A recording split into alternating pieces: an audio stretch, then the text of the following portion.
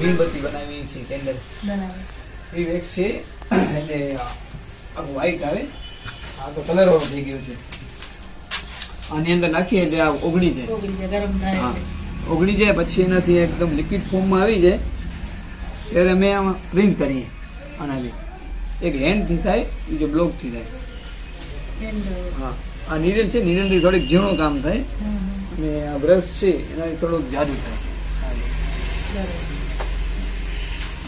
સારી બતાવી. ચલો બાંદડા વાળા હાથે લેડીસો કરે.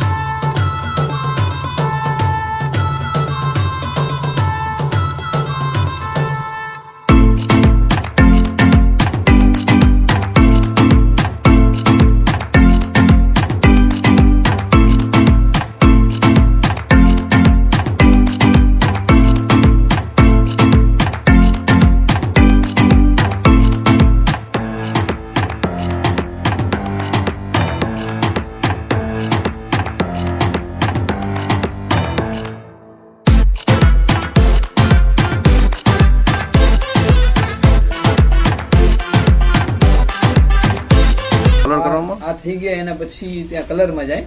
ભાઈઓ કરે છે ને કલર, એ કલરમાં અંદર નાખી અને કલર થઈ જાય. કોઈ પણ કલર કરી આમાં બે જાતના કલર આવે, એક વેટ કલર આવે અને બીજા નેપથોન કલર આવે. બરોબર. એટલે ગરમ પાણી ના આવે, બીજા ઠંડા પાણી ના આવે.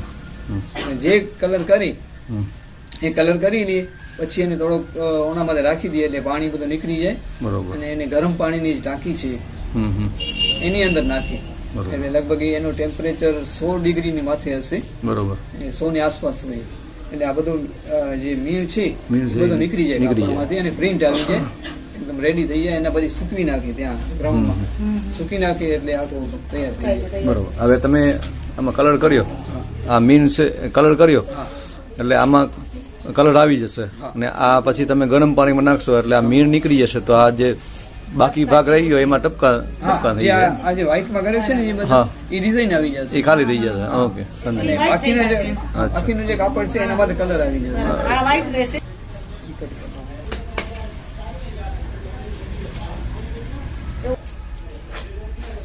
બતાવો ડાયરેક્ટ બીબો છે એ ઉઠી આવશે.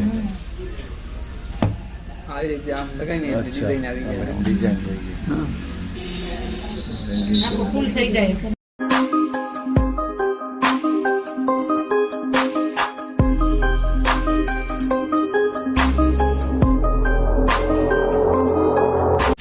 પ્રિન્ટ થઈ ગયો. હા થઈ જાય. જ્યાં મીણ લાગેલ હોય ત્યાં કલર નહીં આવે, ડિઝાઇન આવી જાય, બાકી જગ્યાએ કલર આવી જાય. બરોબર. પછી એને એમાં ગરમ પાણીમાં નાખવું. ગરમ પાણીમાં હા, મીણ નીકળી જશે. મીણ નીકળી જશે. મીણ નીકળી જશે પછી એને સુકાવી નાખવું, કમ્પ્લીટ થઈ જાય. હા.